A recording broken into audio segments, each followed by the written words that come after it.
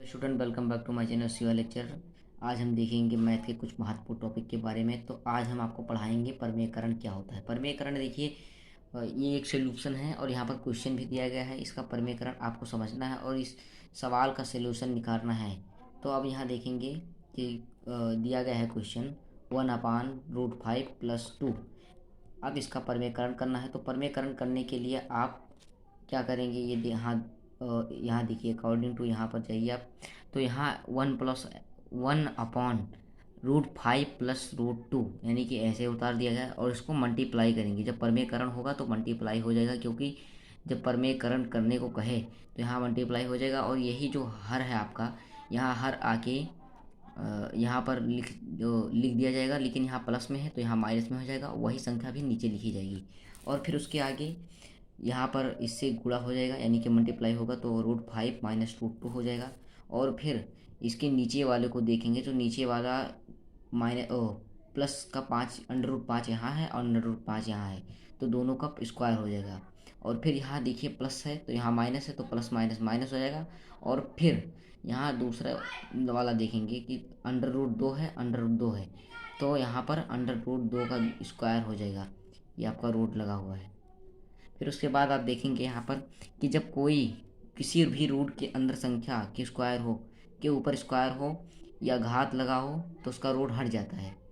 अब यहाँ आप देखेंगे कि यहाँ रूट हट गया है और यहाँ भी रूट हट गया है। तो यहाँ √5 का स्क्वायर था तो यहाँ 5 हो गया, और √2 का स्क्वायर था तो यहाँ 2 हो गया, और ऊपर का वैसे ही उतार दिए। फिर उसके बाद यहाँ पर देखेंगे कि नीचे वाले को सब्ट्रैक्शन करेंगे, यानी कि घटाएंगे, तो 3 आएगा। और फिर उसके बाद यहाँ पर देखेंगे ऊपर वाला वही संख्या रहेगा। यही आपका आंसर हो जाएगा। नहीं समझ पाए तो एक बार फिर से समझ देंगे।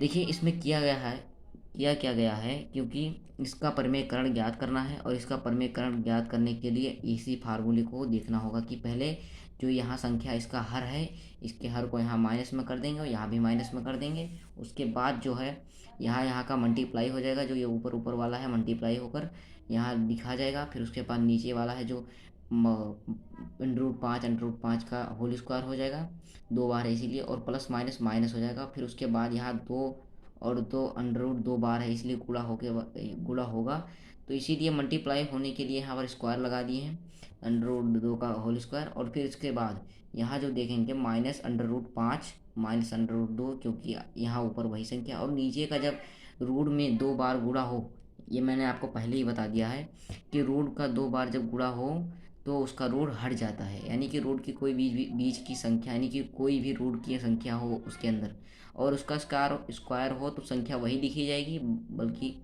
रूट हट जाएगा। तो यहाँ रूट हटा दिया है, फिर इसको घटाएंगे।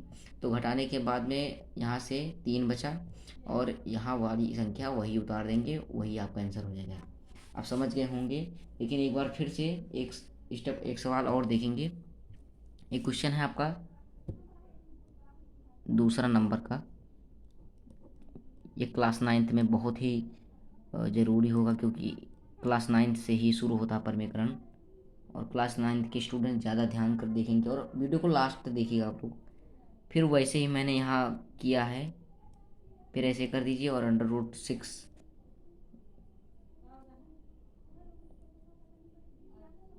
सॉरी यहाँ गलत हो गया। और फिर यहाँ फिर से दोबारा देखेंगे 1/√7 और -√6। फिर वही लिखेंगे यहाँ पर √7 -√6 अपॉन √7 -√6।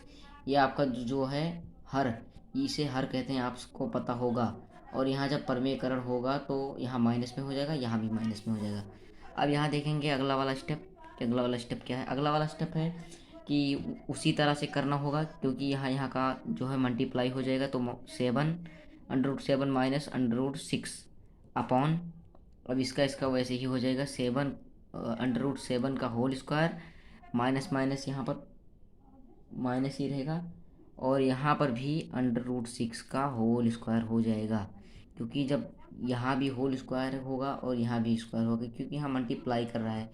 अब फिर आगे आप यहाँ देखेंगे कि जब 2 बार गुणा होगा, रूट की संख्या, कोई भी रूट की संख्या हो और 2 बार गुणा हो तो उसका रूट हट जाता है। तो यहाँ √7 -√6 अपॉन √7 यहाँ हट जाएगा तो यहाँ 7 हो जाएगा और -6, यानी कि √7 माइनस √6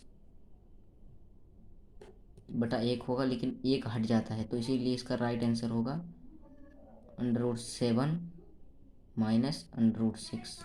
यही आपका आंसर हो जाएगा। आपको समझ नहीं आया होगा दोबारा देख सकते हैं। अब हम बात करते हैं क्लास 9 के बहुत ही महत्वपूर्ण टॉपिक के बारे में। तो महत्वपूर्ण टॉपिक क्या है ये आप समझ लीजिए पहले। तो ये महत्वपूर्ण टॉपिक जो है